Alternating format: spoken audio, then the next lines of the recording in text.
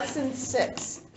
It's interesting, I didn't put a hyphen in this. It is two different titles. In one book it's Understanding, and in another book it's The Secret of the Lord, but it really is Understanding the Secret of the Lord, which is very cool. Okay, and she's opening with quite a statement here. This science is the nearest to the initial Christian doctrine being spoken on the earth now.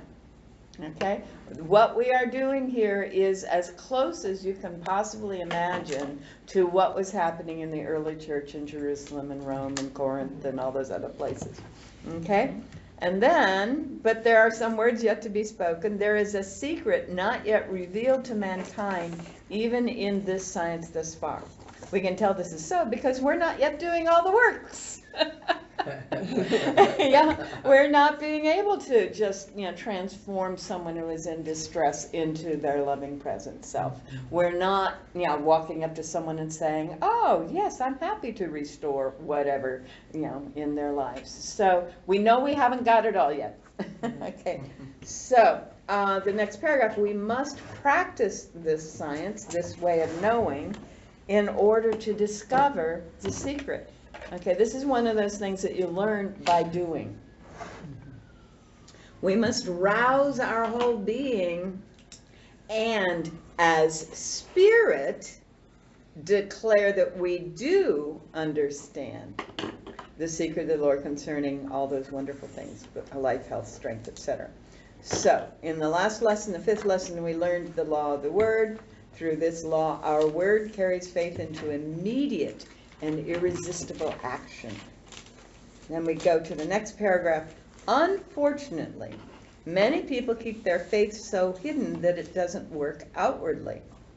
Others, like the great American transcendentalist Ralph Waldo Emerson, have used the law of the word but not consistently.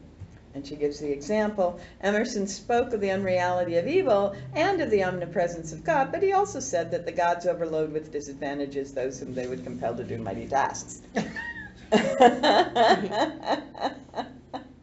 So having studied and rewritten or translated a lot of his essays, there is that on the edge thinking. He's got a glimpse of what's possible and is able to express that. But all too often where he's coming from is on the other side of the cultural norm, which is sad. And it says in the last line in this thing that he lost his wife and sons and had to overcome great opposition and experienced a strange loss of mental faculties. Toward the end of his life, he was fond, he went for long walks and people would say, and how are you doing, Mr. Emerson? And he'd say, well, I'm quite well. I don't seem to be able to use my mind the way I once was, but I am quite well, thank you very much. Right, or words to that effect. And toward the very end, they would just put him up on the stage and he would sit there. And people would come just because he was there, but he never said a word. Yeah. So this was his own overloading, as he had spoken it, back to what you all were saying about the power of what we're seeing. So now we get the Moses quote. He told his people to keep all of the words of the covenant with God and do them that they might be prospered. Notice how this parallels. The covenant first, then keep the words, okay, which we define as being able to work with the powers. Okay? And Jesus called our abundant prosperity the kingdom of heaven. Now that's an interesting thing. The kingdom of heaven. A heavenly world. And he always said it's at hand. It's within you. It's not something out there you have to work to accomplish. All right? All right. So now, this 6th lesson, the top of 88, deals with the secret of the quickening power of the Spirit in our understanding. Okay? He gave the secret to the world when the Spirit spoke through him. And that's something that's an interesting exercise. If you're looking at the New Testament, see if you can figure out when the man is speaking and when the Spirit is speaking. Two very different ways of speaking. Okay? Abide in me, keep my words, the Comforter will come in my name. Those are the Spirit speaking through him. You're not going to abide in the man Jesus. You're going to abide in the Spirit that is also in Jesus, right? Then she gives some examples. This doctor in Denver who wins. Some people win their way nearly everywhere they go. Everywhere they go. This is one of my favorite stories. He is said to have always spoken so encouragingly to his patients that every family liked to have him enter their houses because he radiated courage and buoyancy. He always told people, even near death, that there's no reason why they shouldn't get well right away. No reason. It might be said that he lost some of those cases, but their loss didn't seem to affect his practice at all. Because other doctors who looked melancholy and hopeless looked lost more than he. Yeah. This is such a powerful example, an illustration of how we can be, right? Yeah. So his constant affirmation to his patients, you'll get well, you're better off than you've been imagining, finally became his whole mental state, and his presence radiated it like sunshine.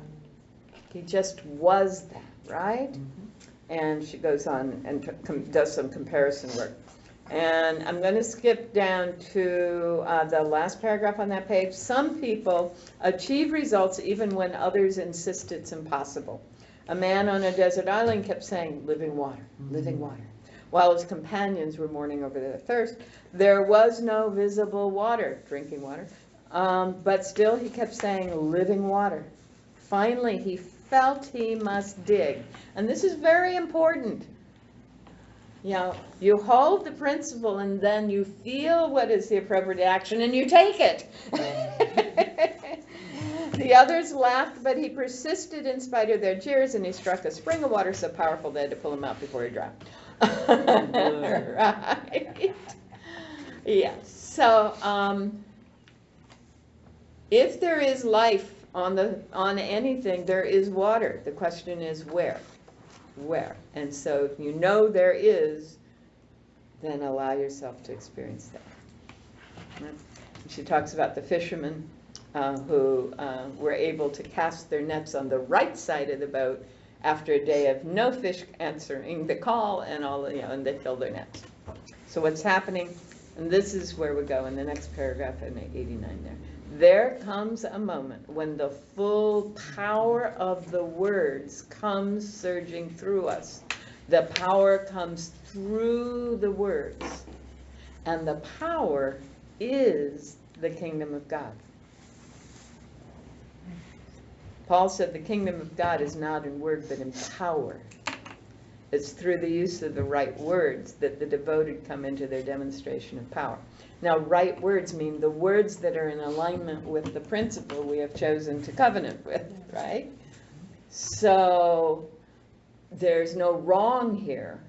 But if you're saying, it can't be so, it can't be so, it can't be so, guess what? And that's what Sarah was touching on in her opening comment, right? That, when people say those things, I'm stuck with this for the rest of my life or whatever. Really? Are you sure you want to affirm that?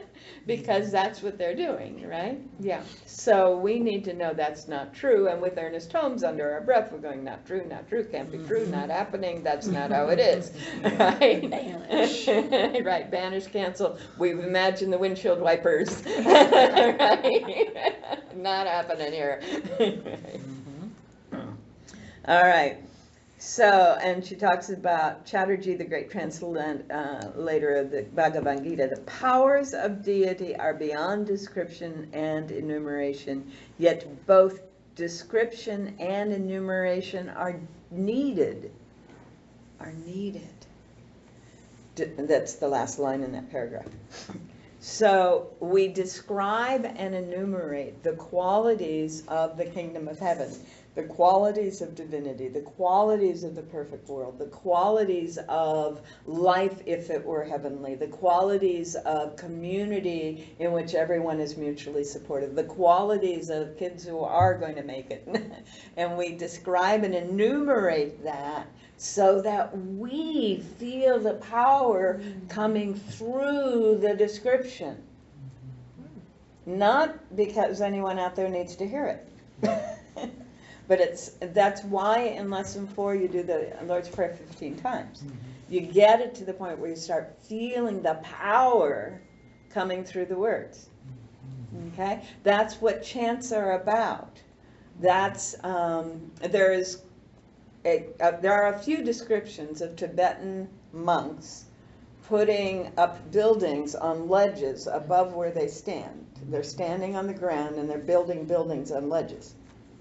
And they use the power flowing through the chants and focus that to get the stone to lift from where they're standing up onto the ledge in the right position. Yeah. Cool. I know. It's how a lot of that stuff that couldn't possibly be there was there. And maybe how a lot of the pyramids and the world were built. Very similar techniques. It's the power coming through us.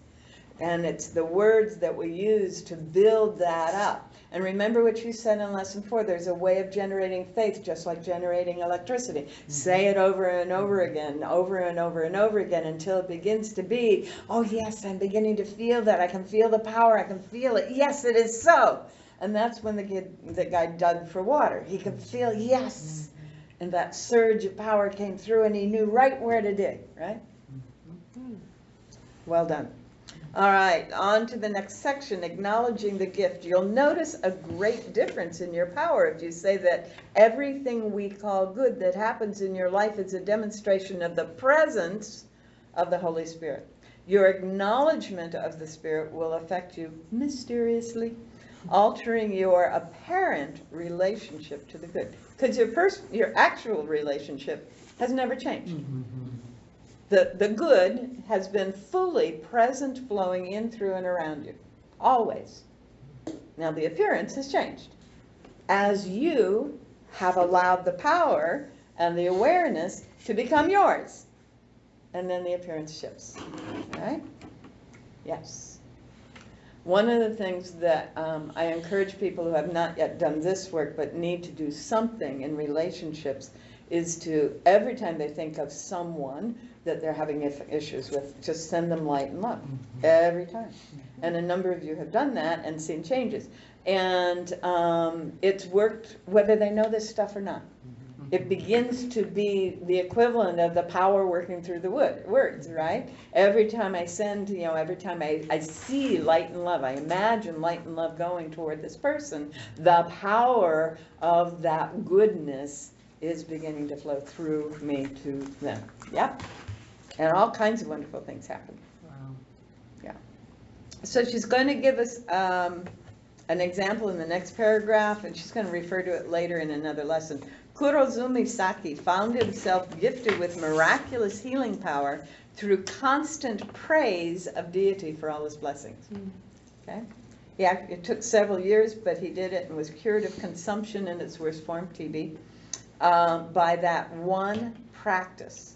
The power of God came into him, called by some the Holy Spirit, and by others, understanding. So when you feel that alignment, and you don't feel isolated or separated or alone or pressured, you feel that alignment. When you feel in the flow, that's another way to say understanding. The Spirit is standing under. You are in the understanding, so you can begin to kind of feel that, right? Capital U, as opposed to intellect. Okay, so the Moses quote for this time at the bottom of 89, God saw that it was good. All right, this is the 6th day of creation. He saw that it was good. On the 7th day he rested. Okay. God is mind. Mind sees that all is good. What it sees and smells and tastes is good. Nothing hurts. Nothing offends. This is the power of the covenant kept with God. Those who covenant with death receive death. The Old Testament prophet Isaiah prophesied that sometime in the covenant with death shall be annulled, and the agreement with hell shall not stand. Okay? That's in the Old Testament. That's in the Hebrew Bible, the Tanakh. And it's like, how did we miss this? Really? I mean, that was a long time ago. He was writing in 600 BC. How did we miss this? He was writing when Buddha was walking the planet. All right. All the garbage of lies shall be swept away. Then comes prosperity. Then comes well-being in all its form. When the garbage of lies is swept away. And one of the things I like to encourage people to do, when you become aware of a set of beliefs that don't serve you, go take a shower. And feel it getting washed through you and down the drain. Have a physical experience of, I'm releasing this and I'm done with it. Right? Yeah. What does that do to the environment? You know, water is wonderful stuff. Yeah. But yes, well done. Emanuel Swedenborg is one of her next things, and she says that he said, next paragraph, that the angels looking at us see only good in us, quote, our evil they behold not. That aspect of us which has gone astray is not seen in the realm of spirit. Only the spirit is seen. Only the light and the love at our core is seen. Only the loving intentions, only the seeking for good. That's what's seen. The other stuff doesn't exist in that realm. Wow, Okay? that is like I know! mind-blowing. Isn't it marvelous? Yes. That's like a shift. A major shift. Wow. In its own weird, funny way, the movie Michael kind of demonstrates that. Oh, yeah. Yeah, that's true. Wow, that is way cool. Yes. She gives an example of a treatment. This may have been her. A lady had been treating a patient with sore eyes for a long time. One day she had an idea and impetuously spoke it in her thoughts. You, as spirit, have no bad temper. The next day the patient came in all cured. All right? This is like my friend who I said, you know, you don't have to resent your daughter's decisions. Had nothing to do with her hips. But it is what freed her to be able to get the hips dealt with, right? Yes. The last paragraph before the heading, while we see good, we are powerful. But the instant we see something to fear, we're paralyzed in the darkness of our own thought. Okay? And then she does this thing in the book of Revelation. It's prophesied that all shall be light. Sometimes this is the state of mind that sees all things good. In the book of Revelation, it describes the new heaven and new earth in a light that is brighter than the light of the sun, you know, and that you're operating in that light of understanding, that light of wisdom, that light of love. And that's what we're talking about. All right. So now we're going to address this word science in the bottom of 90. There are two standpoints from which to look at the propositions of the science. One is the material or human, and the other is the spiritual. One is unreal, and the other real. One is our Adam nature, our intellect, with erroneous ideas about life and God, naming all things by material names and living in fear. That is a perfect description of Adam in the Bible, right? He named all things, he became afraid, and was living in fear, right? The other is our Christ nature with its faithful ideas of God and life, bringing forth a capable, fearless mind. Okay? So these are the two ways we can look at the world, the two ways we can experience life, the two kinds of science we can practice. I am familiar with, Adam being directed to name everything. And one of the comments I had in my margin was that naming is limiting. Yes. Yes, indeed. And we've kind of talked about this in some places. If I say so-and-so has such and such a disease, I've just limited them, right? If I say so-and-so is a felon, I've just limited them. If I say so-and-so is a particular role, I've just limited them. Yeah. So the distinctions that come with naming also create boxes. Yeah. Well, so, and I've been thinking about the Ho'oponopono. Ho'oponopono. Right, prayer.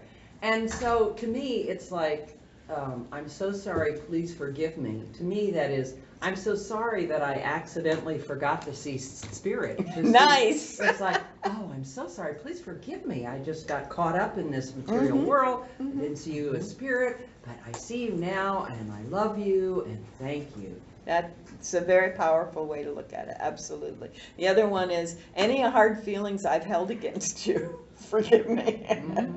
Yeah, I remember when I was going through my healing process and the voice said I had to forgive everybody for everything. I'm going, oh, and then I'm going through the process, and then it says, and now you have to ask them to forgive you. You're going, what? They hurt me. What do you mean after them, have them forgive me? Right? And it's inside, it's not out in the world. But it was huge, the realization, I'd been holding them in that box. I'd been feeling anger and upset. I did need to get forgiven by them for all of that. Yeah. Stephen Levine talks about seeing people in their distress. He said, like, okay, if you see someone who's drunk on the street, there's Jesus in his drunk disguise. There's Jesus in his homeless disguise. There's Jesus in his whatever disguise. That is wonderful, and that's Teresa Mother all Teresa, the way. yeah. Mother Teresa, yeah. Everybody that she ever met was the body of Christ. Yeah. In all his distressing disguises. Nicely I put, love nicely that put. quote, yeah. And I love Jerry Brown's commentary of going to visit Mother Teresa and having her say, you know, we can't afford to have you just sit there, pick up a broom.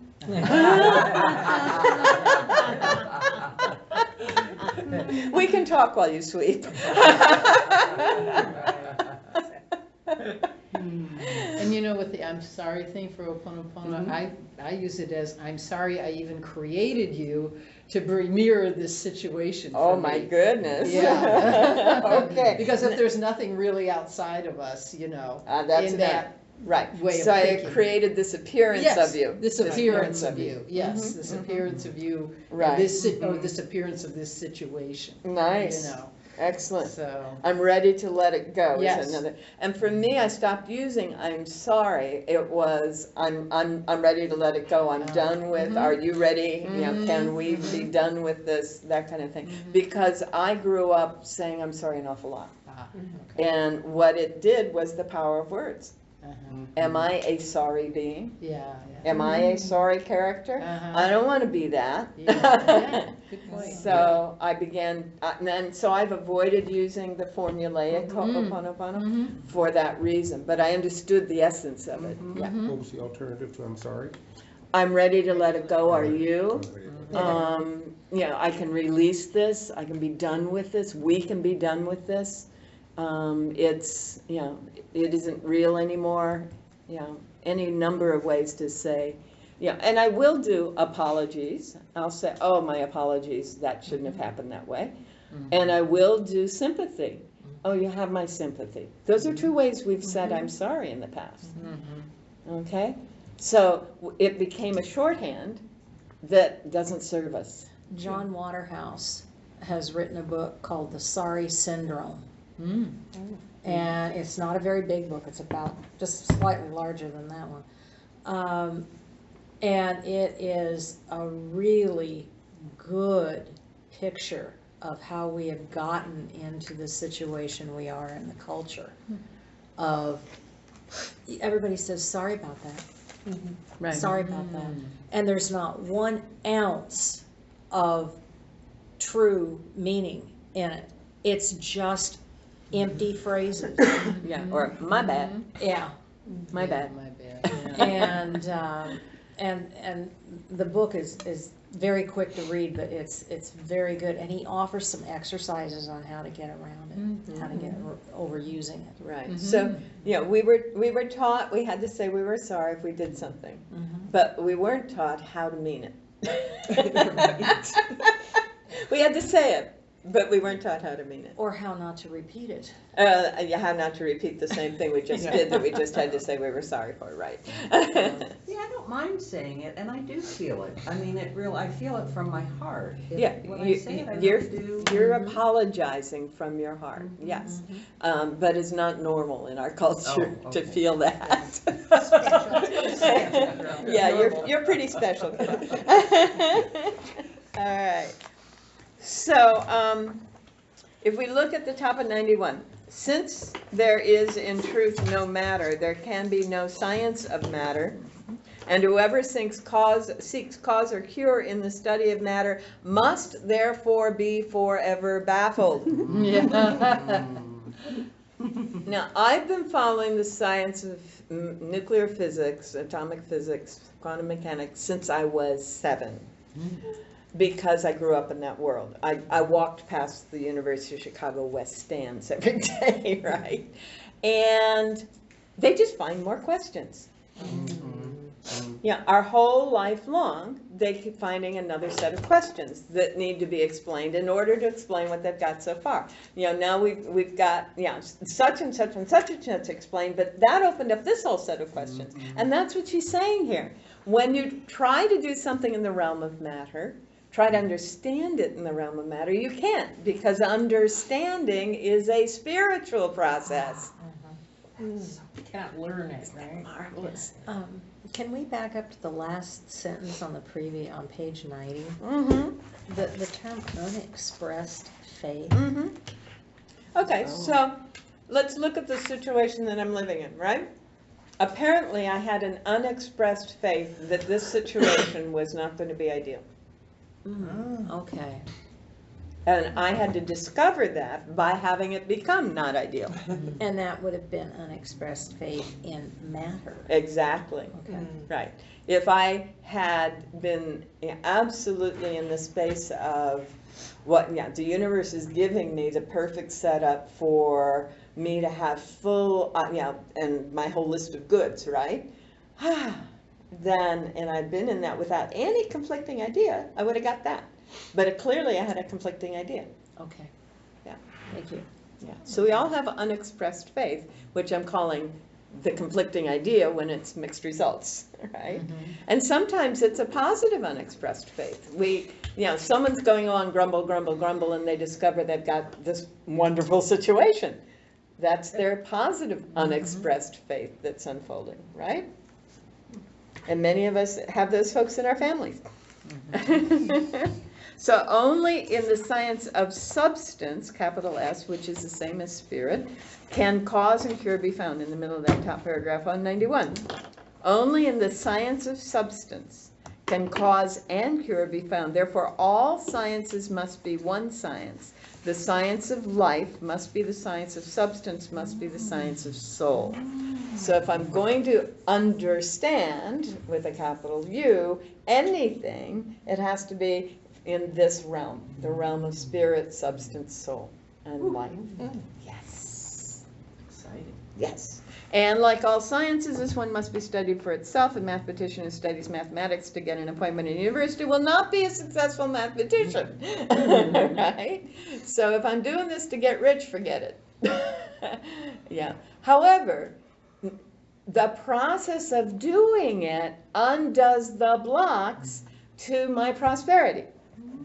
Okay? If I'm doing this to get well, I'll probably not either get well or do it well. Right? But the process of doing it for its own sake undoes the blocks to my well-being. Does that make sense? All right, good.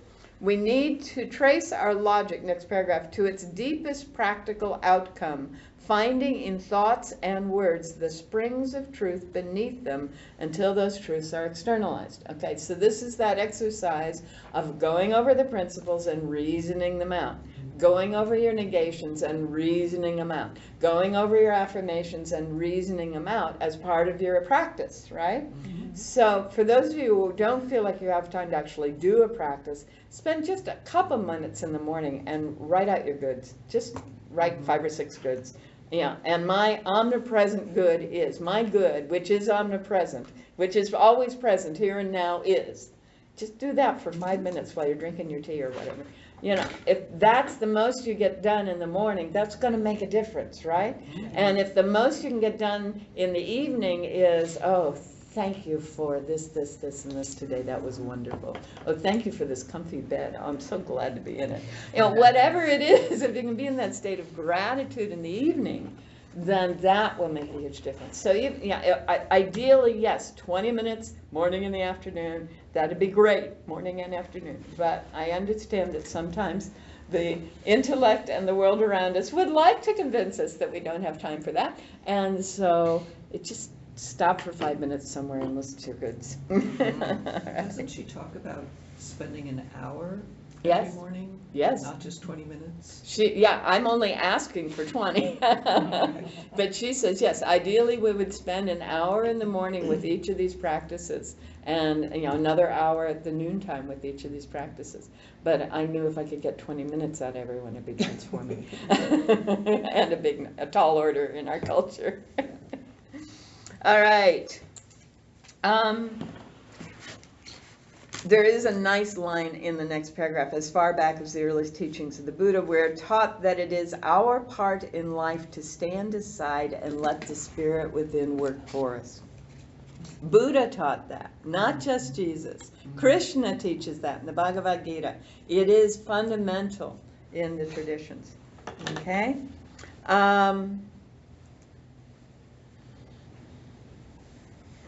I'm going to go all the way down to the back, last paragraph on that page. There has always been a teaching in the world that there is a kingdom of beauty and goodness near at hand.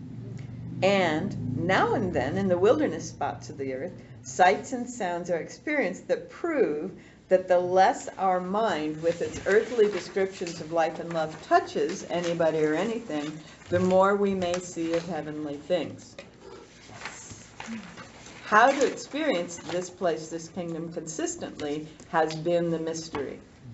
People have fasted, prayed, limited themselves in every way in order to see it, yet still it seemed far off. Jesus, however, always walked there.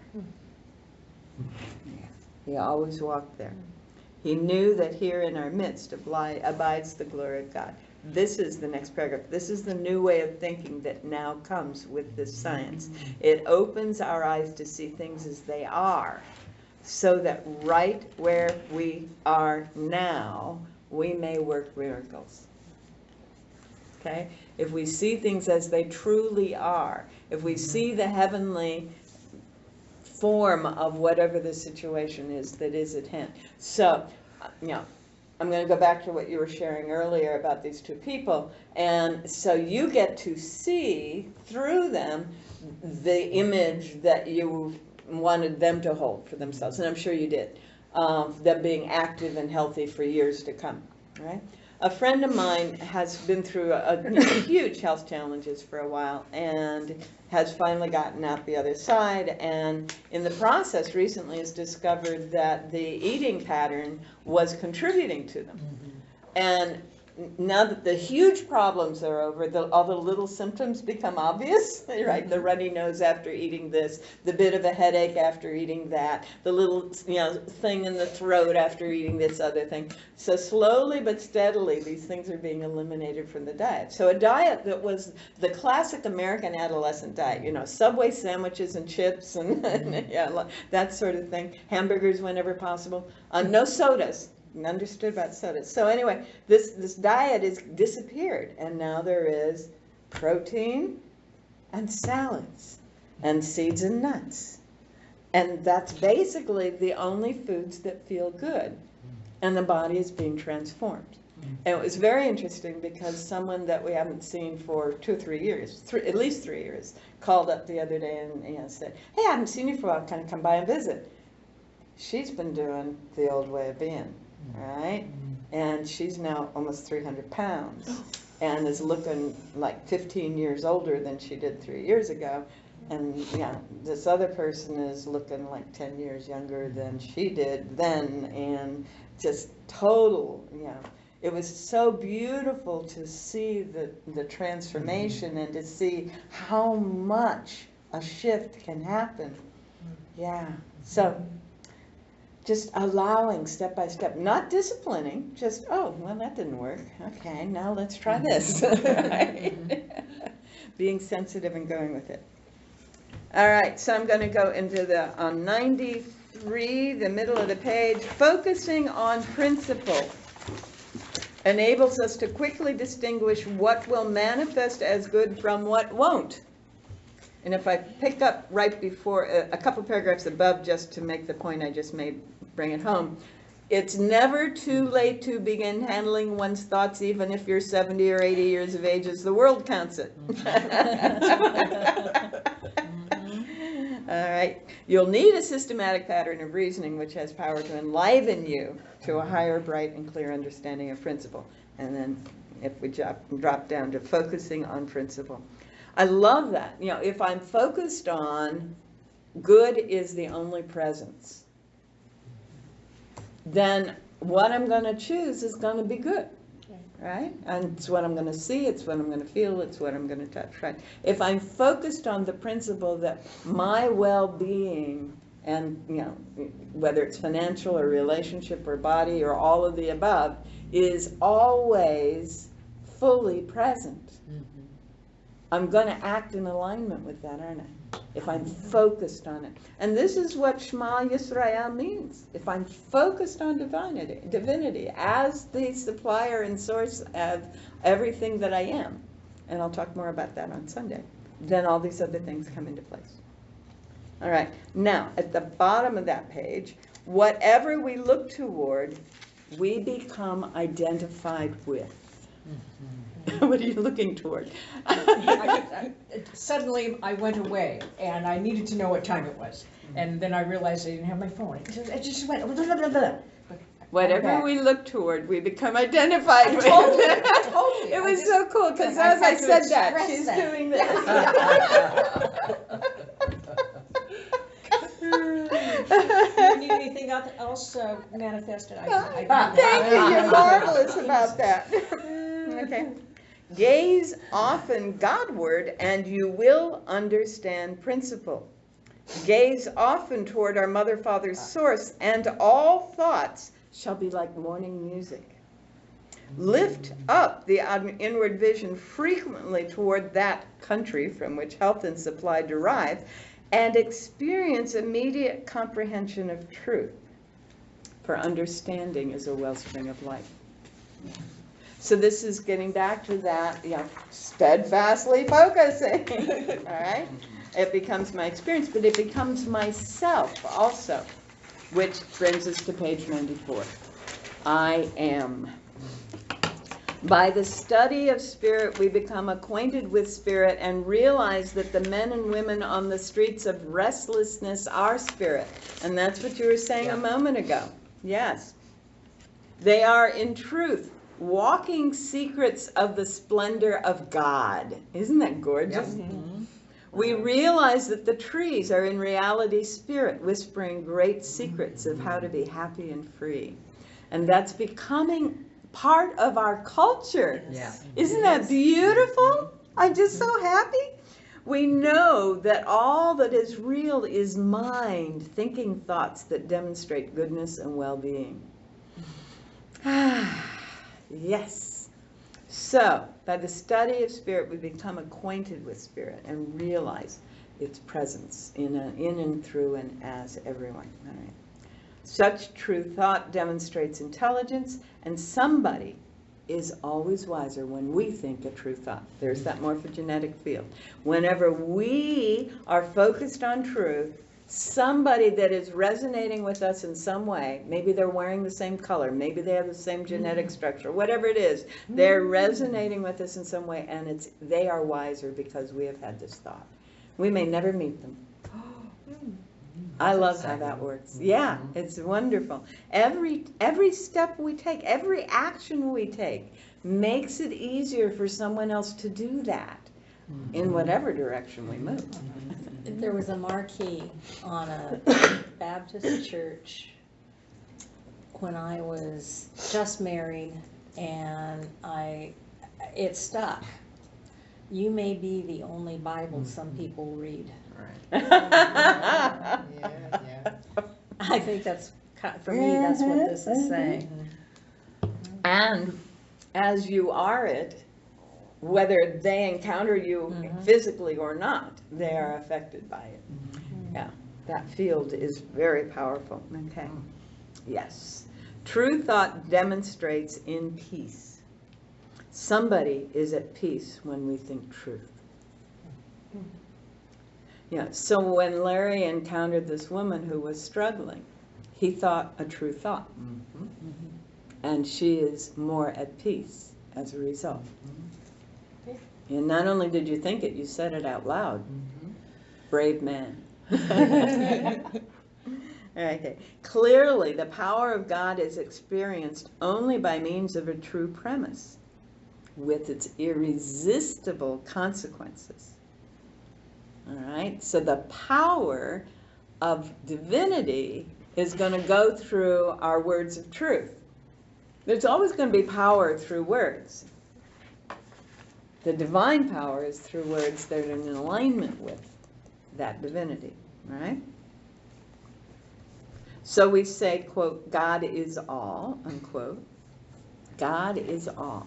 Good is all. Omnipresent, everywhere present. And in so saying, we must accept that anything that is not God is nothing, is no thing. It can't and doesn't exist. We must accept that anything that is not God can exist. Cannot exist. If it's not God, it cannot exist. Wow. That's so contrary to our cultural upbringing. It's so contrary to most of our lifetime of experience, right? And how could it not be true? Like a dream. So, we say there's no reality to matter. Right? Is it okay to say that I believe that this table is energy and spirit? Absolutely. Okay. This table is the spirit of the universe taking its form, the form that our minds collectively are calling it forth into. There you go. These chairs, this room, whatever building the Unitarians end up in, is clearly, the substance of the universe taking the form this group of folks is calling forth for their highest and best use. Yeah? How can it not be? Yeah. Oh, All right. One more. One more.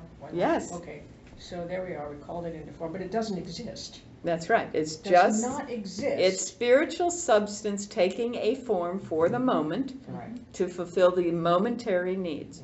So the Buddha says, he doesn't say suffering is inevitable. This is not what that phrase in Sanskrit means or in Hindustani, okay? What he said literally translates as no thing ever fully satisfies. Dang, how did we get that? Because it was 19th century Brits trying to understand what he was saying. Oh, Men. Yeah. No thing ever fully satisfies. How could it? right. No, can't. We are infinite beings. No thing is infinite, either in temporal terms or in spatial terms. It could never fully satisfy. So there will always be a level of dissatisfaction, is the implication of the literal translation. Uh-huh. And modern American Buddhists and some Europeans are saying, well, that word suffering, it's more like dissatisfaction. So, okay? So no thing ever fully satisfies. How could it possibly? Right? It doesn't exist in the eternal. No thing is eternal, and we are eternal. If we are eternal, then at some point it's not going to be satisfying. That might be 90 days. That might be 2 minutes. That might be 200 years. Can you repeat what Yes. you were saying about spiritual substance taking form in this moment to Fulfill the intention, desire, need of the moment. Okay. Right? And that moment might be 5 years. Right?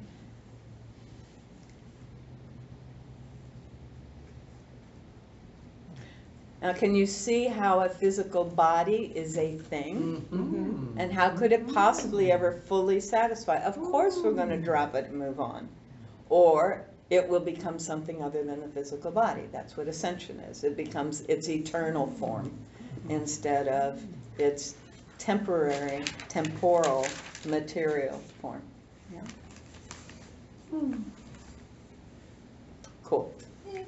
All right, now we get the big one, the next paragraph. Okay. So, the question is, if I exist, do we all exist? Yep. Now remember essence and existence. Essence is being, esse, the verb, esse. Existence is existere, standing from. Okay? So That one. essence is being, the fundamental being. Existence is standing from. If I exist, I am standing forth from something. Like from spirit? Exactly. Okay? I exist. If I exist, what must I be? Now, I just said, I come- if it is not God, it doesn't exist. Right, so it must be He's God. God. God. That's here. right. Over. So every being on every planet has to be God. And everything. Every, all that is must be God. Can't not be Can't- God. Can't be anything, because there is nothing else. That's right. It's just God and me, Yeah, no, No, just us no, all. just no. Right. God and everything else. There's God, Everything. and then everything else? No, It's there's everything. God There's with, everything. With, okay. Everything. Lindy Gale? There's what? it's just you. Yeah, Yeah. it's just me. Yeah. I'm reading that too.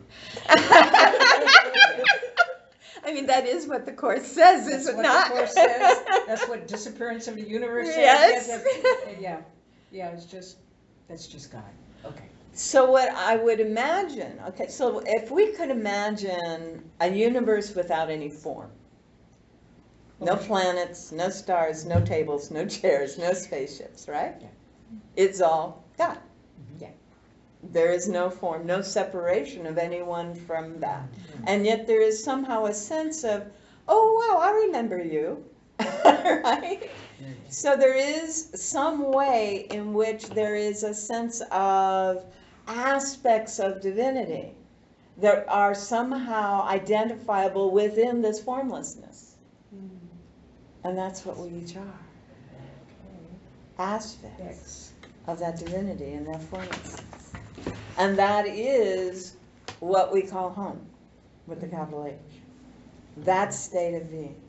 It's what I call my bliss cloud.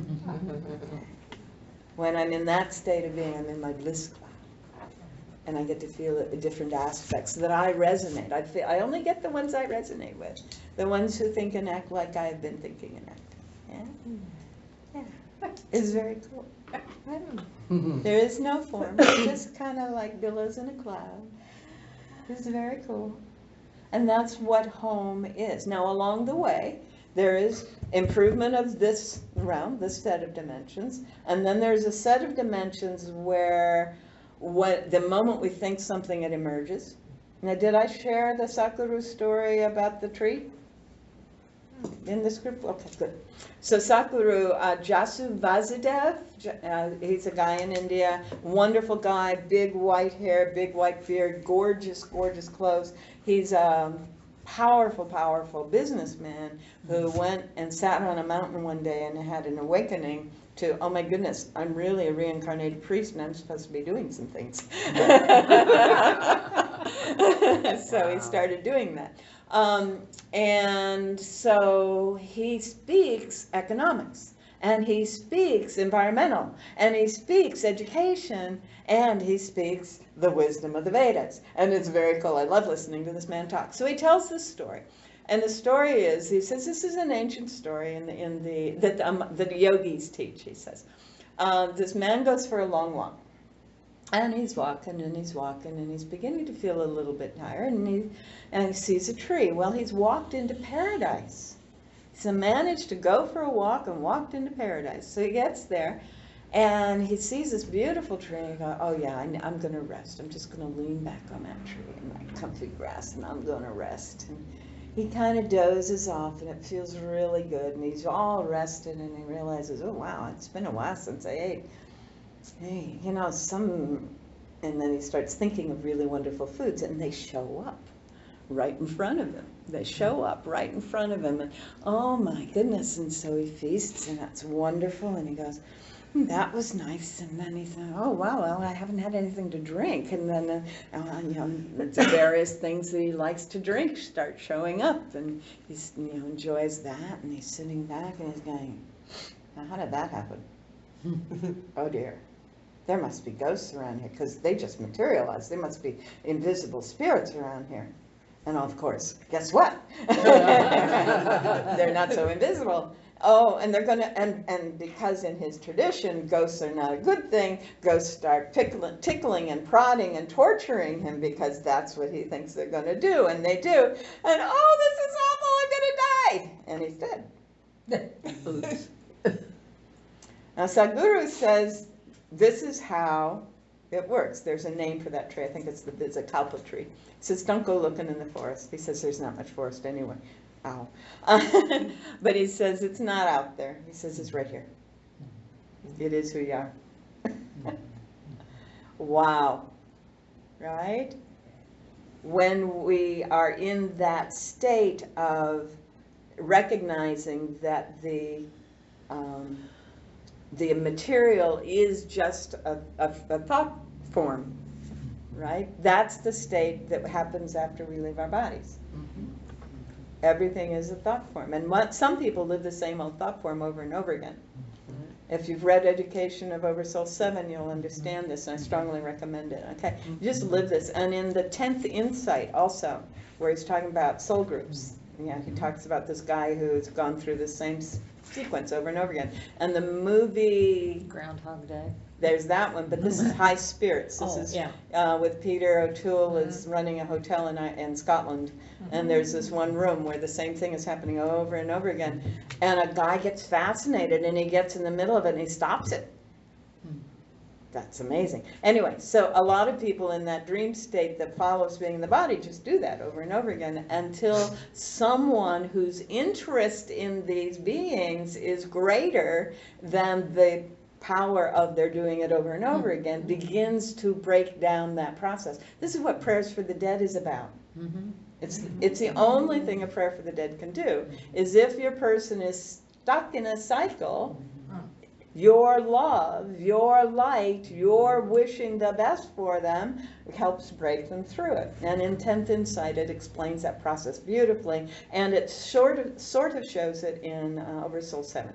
So then there is the realization of, oh my goodness, I've been bringing this thing to happen. It was my idea that brought this forward. And if you see the movie What Dreams May Come, you can see every time he shifts his thought, the scene changes. It just changes because he's shifting his thought. And he starts having a thought about this, and we see the image coming up, right? And very powerful movie in that way. What Dreams May Come. That dream state on the other side of being in the material is going to bring us whatever we think of as what we're going to get. Okay? So if it's heaven, if you think heaven is going back to the farm and hanging out with the relatives, that's what you get for as long as you are stuck in it until you're ready to move on. Right? And then at some point you move out of that space either into the formless, all that is, or back into form. And that's how the system seems to work. So once I get that, then I can get that who I am is this unique, individualized aspect of the all that is. I have a particular purpose, a particular form, a particular set of vibrations of that all that is. That's all I am. That's all each and every one of us is. And what that does is say, oh, so my purpose is to be who I am. Nothing else. Now, how do I be who I really am? As opposed to what the culture told me I should be. That's the truth. And that's what we've been working on in this class, and that's what I work on in all my other classes, right? And that's where effortless, enjoyable, and energizing comes in, because the gifts that I was born with are what are effortless, right? It doesn't take any effort to do what are my gifts to do. It's enjoyable to do what my gifts are. It's enjoyable to express what I truly am. And I know it's mine because I'm energized by it, right? And so when Brooke shared that she got the thing to call these folks and just be a presence with them, you were energized by it. Because this is a big part of your gift and your presence and how you get to be God expressing in this experience. This is exciting. I'm so glad. I could say. So if I have a prayer or an intention each day, it's that I am fully experiencing and expressing the spirit that I am. And that's it. Experiencing and expressing the spirit that I am. In every situation that arises, knowing that every one of those situations is a function of the consciousness that I have been in for the last 3 weeks, generally, and sometimes just in the last hour or two. Yeah.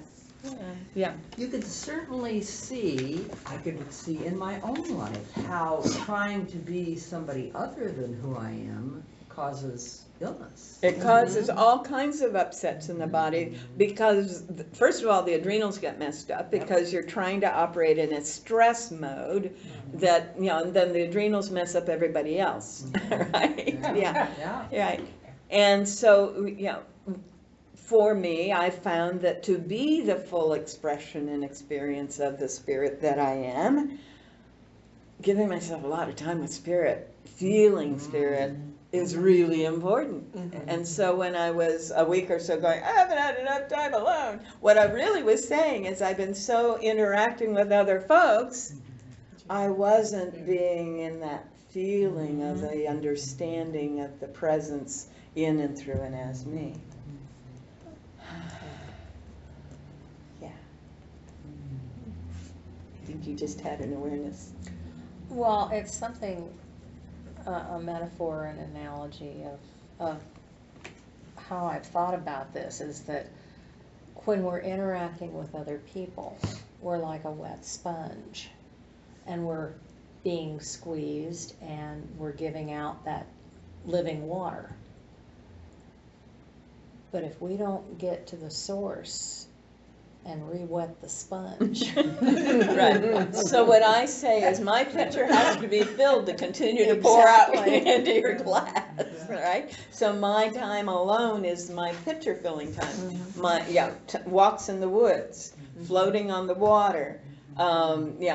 Watch the sunset last night. Yeah. Oh, glorious, glorious, glorious. That was gorgeous. It wasn't when it hit the water, but it was between those two banks of fog and then that pink ray of light. Oh, it's just fabulous. I mean, yes. Right, that fills the pitcher. Once the pitcher is filled, I'm happy to pour it out, right? And continue. And if I can somehow arrange it so the spigot is pouring in while I'm pouring out, I'm in best shape, right? So that's what it's about. Yes? Yes. All right. So in the next paragraph, it is because I am spirit that I speak the words. I do not say I'm health in order to become healthy, but because I, in my divine truth, am health itself. All right? I tell the truth about it. If I do not say I'm owner of the I do not say I'm owner of the universe in order to get hold of great possessions, but because it is true that as spirit I am heir to the universe, possessor of all, joint heirs with Christ, as Paul said. All right.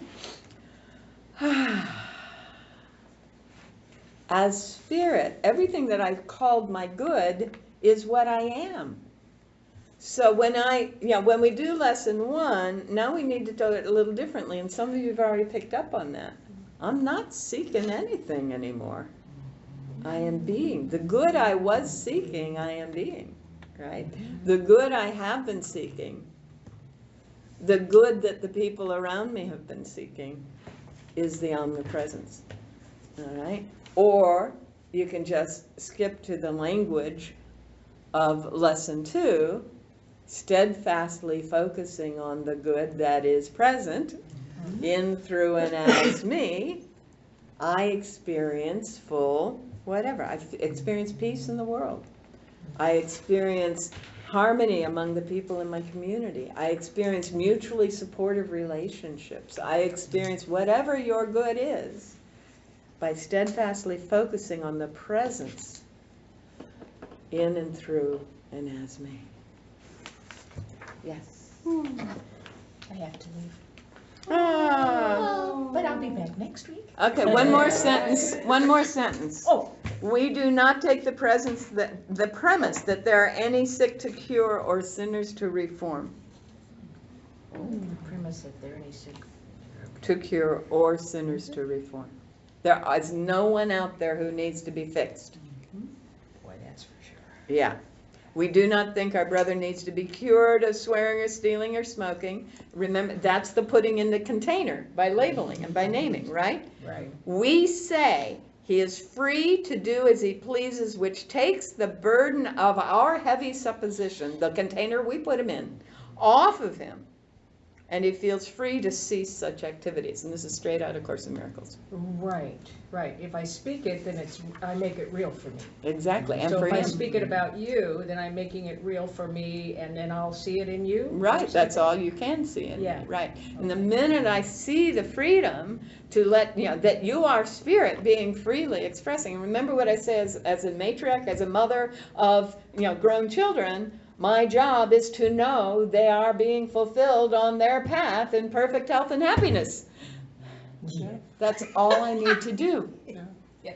I don't need to know anything else. I don't need to know that they've got a good job, that they've got a good relationships or anything else. I just need to know that they are being fulfilled on their path in perfect health and happiness. Okay. I need to know that. Yeah. And so it's either, if I put somebody in a box by speaking the untruth, Mm-hmm. that's one part of it, but also by speaking the truth is But the the other. truth is not a box. Right, well, I don't mean that part. I just meant, though, we're You're saying defining them. affirming- Right, we're Right. affirming that everybody is spirit and everything. Right on, right. When you name it for them, they can more fully experience it because you have dropped away the atom labeling and distinctions. Okay, now you can go, Linda. Okay. Thank you. I just didn't want you to not have that. Thank you. I needed that because I always want to know what my children are doing. Things are good, and they won't tell me. No, of so course you not. have to know the truth. They are being fulfilled, yes, on their path, Yes, and they are healthy and happy. they seem to be doing all right Uh-huh. without my help. So, seem to be doing all right. They do. I know for sure. I know for sure. They that are being they are- fulfilled on their path and happy and healthy in the process. Thank you. I could not have said that without. Love you. Have fun. Okay, so Saturday's practice is simply taking something from this class and making sense of it. Okay. Any premise you choose, any statement from anywhere in the first 6 lessons, and make sense of it till there is no question in your mind that it is reasonable, it is logical, it makes perfect sense. What you're doing is you're bringing your intellect on board. Okay? That's very useful. All right, That's Saturday's practice. Thank you, dear. next time. Thank you. Bye-bye. Bye. Thank you for coming. You too. All right, I'll see you the 13th. In the Apocrypha, number 6, let's go on to the metaphors. Unless you have questions. Any questions on the lesson so far? Callista. Oh, good. I'll delete it. Okay. When it says, do not take the premise that there is any sick or to Yes. cure, well, last year, when I was doing lesson 7, there was someone that I knew that was having a cold. And so I did 7 because they had a cold. I ended up with, before I finished, I was blowing my nose All the and symptoms. having cold symptoms. And it happened again when I was doing lesson 7 for someone that had a bad back. Oh dear. When I got up from that, All right. Yeah. Oh, I'm so sad. Spelled Oh, it. dear, dear, dear, dear. So that makes sense. Yeah, yeah. You don't want to say someone else is, because if they are, you are. Yes. Yeah. Okay. So if anyone enters your mind for treatment, you are not saying, I'm going to fix you. You're saying, I'm aware of so-and-so. So-and-so is in perfect whatever. Right? Yeah. They're resonating with me, so I'm going to hold them in that awareness or whatever. If they enter into your awareness, okay? Now this is a little shift from Charles, and this is where, each of the traditions that emerged out of Emma's teachings took like anywhere from 60 to 80% of her teachings. And so in Charles Fillmore in Unity says, if you become aware of a problem out there, it's a problem for you to fix in here. Okay? That's not what Emma says. Right. All right? If I am experiencing anything other than heaven, then there are ideas in me, unexpressed faith, that is showing up in my experience that I need to release and be done with, lesson 2, negate, so that I can affirm the truth, and so I can be powerful in that affirmation, lesson 5, so I can be fully understanding the true nature of the person as spirit, as one with me and with God in all that is. It's a very different approach, accomplishing far better results for the long term too. But wonderful, thank you for sharing that. Thank you. Yeah. All right. So, other questions about 6 before we go on to the metaphors? Understanding the secret of the Lord. So the metaphors. It's okay. Just check. Number 6. In the Apocrypha. Okay, does everyone know what the Apocrypha are? No. Okay, so they are the lost, hidden Bible. Okay, if you get hold of Willem Barnstone's book, The Other Bible, it has many of the Apocrypha that include the infancy Gospels, some of the early Gnostic Gospels, a fair number of the Dead Sea Scrolls, etc. But there's a group of writings that the Roman Church has always called Apocrypha. It's a Greek term and mainly means lost writings. They were not included in the Bible, but they are included in the general teachings. Okay? So, in the Apocrypha, we read that in the 6th place, the Lord imparts understanding. Lesson 6 is understanding. 6 is the number of separation, referring to the apparent separation in the two natures of humanity. Also, anything I name, I have hereby separated, right? Yeah, this is April, this is Darlene. I've just separated you. Yeah. This is spirit. This is spirit. And I'm, exactly, yay. Much better. Yay, all right, okay. So, the gift, as it says, its gift is in distinguishing the real from the shadow, one path from another. So, back to, how do you know you are expressing spirit? You learn to make the distinction between effortless, enjoyable, energizing, should, ought, gotta, have to, must. Right? Between love and light and joy, should, ought, gotta, have to, must. All right, so you begin to make that distinction. That's the only distinction you need to make, really. Like the only discipline we have is where are we going to put our focus and therefore think and act. Right? That's the only discipline. Doesn't matter what we drink, when we sleep, and that's not the discipline. The discipline is what am I focusing on? And what are the words and thoughts that are coming up as a result of that focus? All right?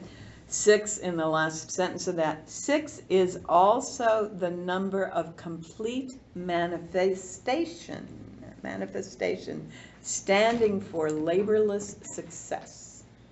And remember, so far we've been getting that the power is in the words. It comes through the words. The faith without works is not working, is dead in the translation, but it's not there.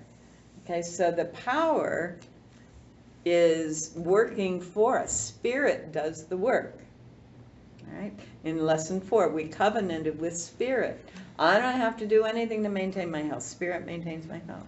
I don't have to do anything to maintain my meaningful work. Spirit maintains and provides meaningful work. I don't have to do anything. You know, that's basically what we're saying in lesson 4. So, lesson 6 is taking that to the completion. The stone, the sardine stone, also known as ruby or carnelian, chalcedony or carbuncle, basically any bright red stone. It's the first stone of the priest's breastplate as described in Exodus, standing for the tribe of Zebulun. And it's the 6th wall of the foundation of the New Jerusalem in Revelation. It's associated with the base chakra. Zebulun means haven or dwelling place. And the message is, I am protected. The sardinious stone stands for mystical invocation, the capacity to understand and know things we've not yet been taught. And as I say that, I'm remembering, you probably all had some class where this was the case. I was in, between 4th and 8th grade, and every time I would do arithmetic, I could see what the answer was, and I put the answer down, and they'd say, no, you have to go and do the work. Right. Show the work. Yeah. That's what we're talking about here. Okay, so the 3rd is the apostle, and this is Matthew, and there's only one Matthew, and there's several of the others. Clear sight, the gift of the Lord. Matthew is the English version of Matthias, which is the Greek version of the Hebrew name Mattajah, meaning the gift of Yah, the gift of God. In the New Testament stories, Matthew Levi was a tax collector, hated by the rest of the Jews for agreeing to collect money from his people, and of course, keeping a share for himself. And if you have seen the movie Jesus of Nazareth, there is a wonderful scene in there where he goes into Levi's home, and you see how the Levi, how Matthew Levi lives compared to how everyone else is living. And it helps to get that visual sense. Oh, I get that viscerally even. Yeah. So keeping a share for himself, which was seen as stealing, particularly horrible because he was of the Levi tribe. So you may recall that in Exodus, a certain group of people was set aside as, these are the priestly tribe. All the priests are going to come from this tribe, and all the 11 tribes of Israel are going to give 1/10 of what they have to the Levites. Because the Levites are going to take care of the funguses in your house, they're going to take care of the illnesses, they're going to take care of the connection with God in the temple, they're going to take care of all this. And they also have to provide the oil for the lamps and all of that in the temple too. The Levites do Yeah. everything from the stuff that's given to them, right? And so, they're already getting 1/10. And for him to also collect the Roman taxes was like, are you kidding me? So that gives you a little more of that anxiety. So they were descended from the lawgivers and the priesthood, but Matthew met Jesus and was transformed. Matthew's gospel is considered by some to be the oldest book of the New Testament. Now, there's a whole line of scholarship that says that Matthew, Mark, and John are the synoptic gospels, and Matthew, Mark, and Luke. The 3 of them are synoptic. They all have the same eye, sin with S-Y-N, optic, right? They have the same eye. And a lot of them say, well, Mark has more of the story, than either Matthew or Luke, so it must be the older one, and they must be derived from Mark. But Mark didn't know how to write. Matthew did know how to write. And there's a guy named George Lampsa, who grew up speaking Aramaic. And he went into the Middle East and he found ancient parchments. And one of those parchments was only the 4th copy of the original that Matthew brought. So it had the least transitions to it, right? Because every copier is going to accidentally or on purpose make changes. And so, and it was Matthew doing a string of quotes, kind of like the Gospel of Thomas, a string of Jesus said this, Jesus said that, and the in fulfillment of the prophecies were in there, and so on. So, yeah, it was like, here's a bullet point, here's a bullet point, here's a bullet point. And the downside of the story I'm telling you is that scroll, that parchment, was in the town in Iraq, Mosul, where Saddam Hussein hid, and where ISIS has been doing the most damage. So who knows what's happened to that. But Lamsa did collect as much as he could from it, and he ended up doing a Bible that's a direct translation from the Aramaic, instead of going through the Greek and Latin as well. It's called the Lamsa Bible, right? Isn't That's it? one of the versions, yes. Okay, Yeah. what's another version? Light on the Gospel is Light on the another. Gospel, And okay. there's I think there's one that's just the idioms, and that might actually be Light on the Gospel. And then Okay. there's a guy named Rocco Errico who has done a lot of follow-up work on Lamsa's work. Okay. And we're using the Lamsa when we're studying Eric Butterworth's Power Within. And when he gives a quote, then we're going to Lamsa and reading the quote out of that one. Like And it's that. really helpful. A lot of Unity folks have been working with the Lamsa work, which is very nice. Okay. So I give you more of that history there. And then at the last paragraph on the next page, Matthew is associated with the heart chakra, which is the link with the divine in the body. I like to think of the heart chakra as the wormhole. If I am focusing on the heart chakra, I get to go through it into the all that is, into the larger set of dimensions. So that's how I see it. The beatitude applying to him is, blessed are the pure in heart. Funny thing about that. The gift of the Lord comes to those who are pure in heart, and they can see the reigning principle of life. So that's lesson 6 with the metaphors. It's a relatively short one. You now have a full week's practice, okay? Because Sunday is just, connecting. But this is, so if you start tomorrow, Friday, you would start with lesson 5 tomorrow, Saturday 6, Monday 1, all the way through to Thursday 4. So you will have done each one time. All right, and that's the pattern that you will follow now for 1 through 6 for the rest of our time together. All right, Monday 1, Tuesday 2, Wednesday 3. We don't do 7, 8, 9. We'll do that too, but for 1 through 6 in the morning, you do afternoons when you're going to focus on 7 through 12. How are we gonna get in 11 weeks, where are we gonna put the 12th lesson? Don't worry about it. That's my job. Curious, just curious. My job. All right, any other questions about lessons 1 through 6? This is about you. Can you see that everything has been about shifting how I think and how I feel and what my experience is? This is your inner process. This is, and it affects the world around us, but that's not the intent, where you're putting the energy. You're putting the energy on making sure I am fully grounded in what is true. I am living from that place, each one of us. Yes? Great.